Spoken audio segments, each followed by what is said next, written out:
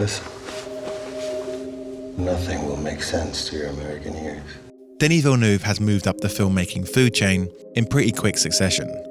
In the space of just 8 years, he released 7 films, which followed a clear forward trajectory, moving up step by step in budget and scope to become one of contemporary cinema's major filmmakers. You can't hold the tide with a broom. His breakout film, 2009's Polytechnique, which is based on a mass school shooting, and 2017's Blade Runner 2049, may seem like wildly different films. One is a brisk, almost documentary-style depiction of a real event, the other a boldly stylized sci-fi epic. Yet, all of the films of this period feel born of the same sensibility. We all know the Villeneuve touch by now. The moody atmosphere, the minimalist practical camera work, the intense explorations into cycles of violence. In short, this is a director who seemed to have a conscious aesthetic and a distinct cinematic voice from the off.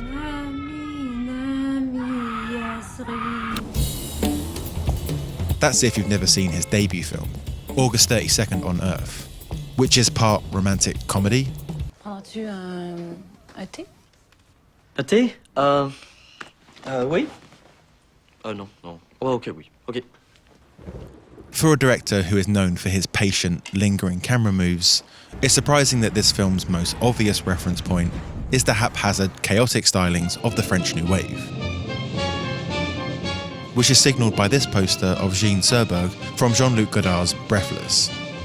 The film is loaded with playful, New Wave-esque techniques, like jump cuts, and a long take that seems like a direct nod to this shot from Godard's own debut.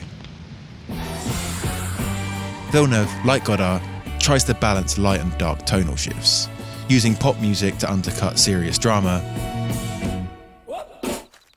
as well as sudden grim moments that come out of the blue, and are more reminiscent of the director we know today. As are shots like this of the Salt Lake City terrain, feeling like the same eye that used landscapes metaphorically in Sicario and Blade Runner.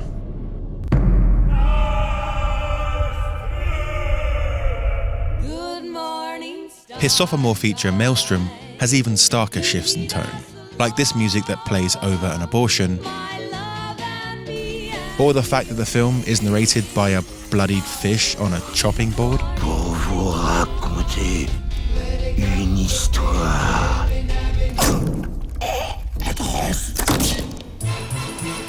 The films showcase a talented director who is clearly bursting with ideas. But as a whole, they're kinda all over the place. They're the only films that are written solely by Villeneuve, and suggest that as a writer, he didn't really have enough to say, or at least didn't know how to fully express himself. You get the sense that he's almost overcompensating for these shortcomings with an abundance of style. Something Villeneuve has said as much himself in interviews. Look, there's plenty of writer-directors who can successfully blend disparate tones. Quentin Tarantino being the most obvious example. You ever listen to K. Billy's Super Sounds of the 70s? But it must have been clear to Villeneuve that this wasn't his true calling. The films didn't really put him on the map either, and it took him almost a full decade before he directed his next film, where he finally found the approach that would.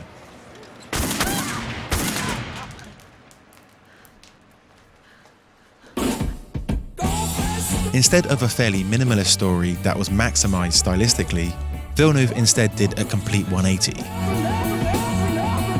and found a subject that he felt required restraint. The Montreal Massacre that inspired Polytechnique actually predates Columbine, and the shooter was a vocal anti-feminist who only targeted women. Les féministes ont toujours eu le don de me faire rager. Elles veulent conserver les avantages des femmes, par exemple, assurance moins chère. It seems that Villeneuve was powerfully drawn to a real-life event that expressed themes he would come back to again and again.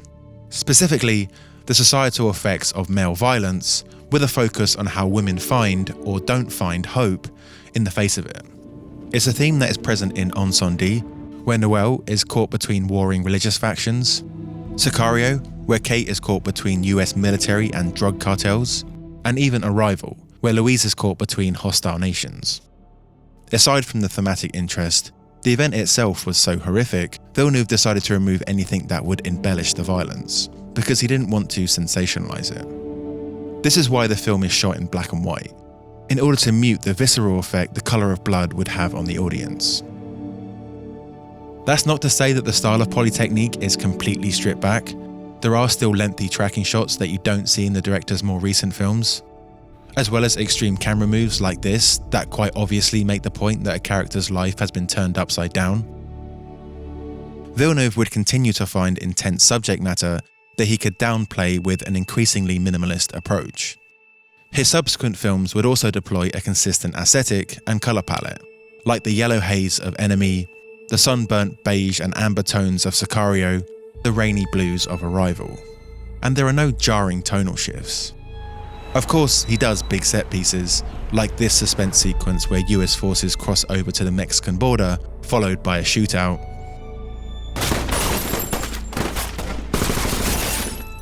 But the most literally explosive action occurs from afar, with minimal sound effects. This is similar to the way he often shoots big dramatic confrontations from a wide shot, playing out whole scenes in a static angle because the camera doesn't need to accentuate it.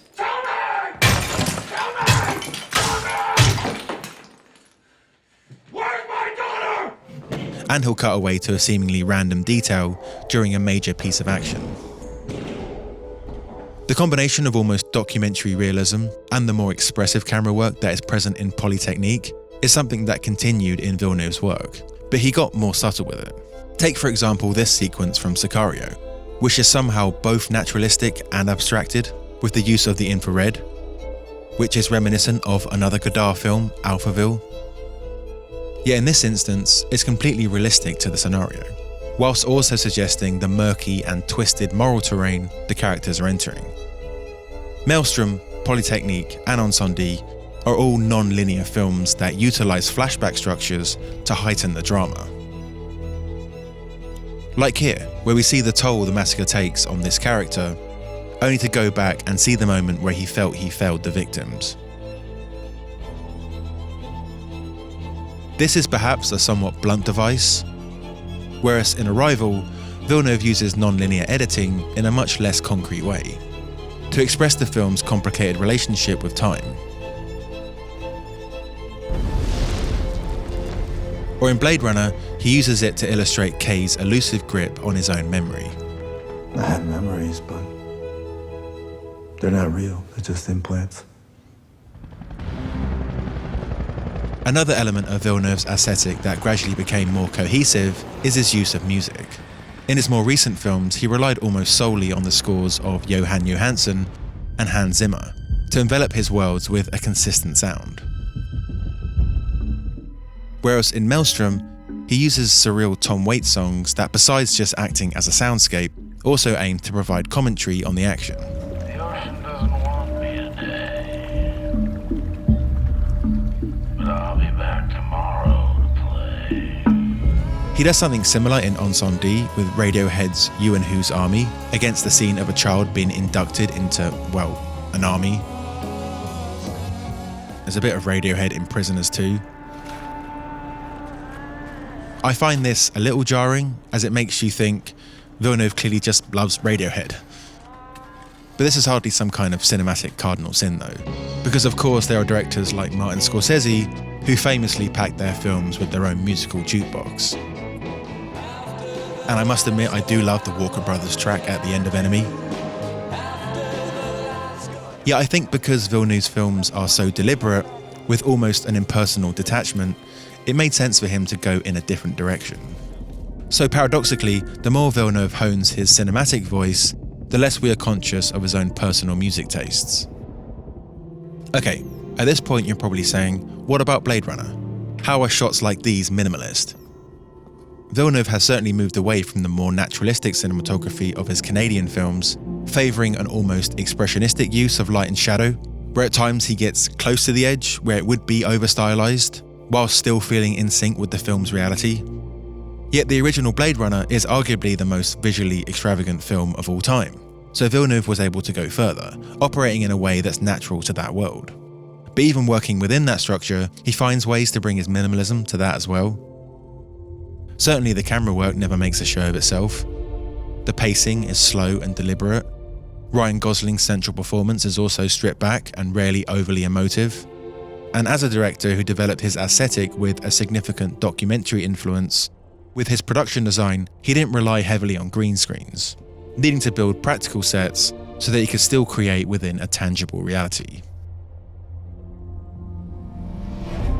So, with Dune on the near horizon, we'll see how many of these facets he manages to keep in place, and how he continues to evolve as an artist.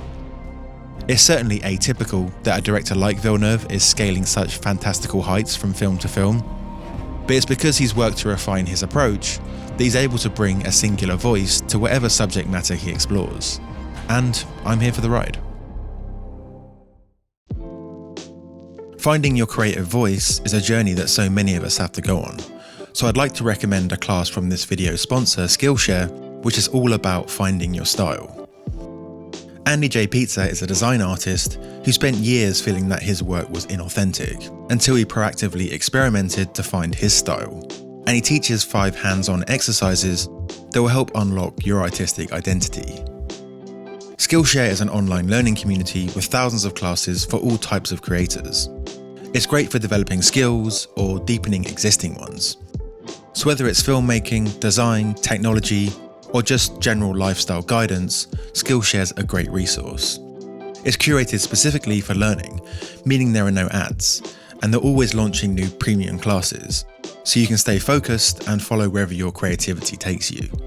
And the first 1,000 people that click the link in the description will get a 1-month free trial of premium membership.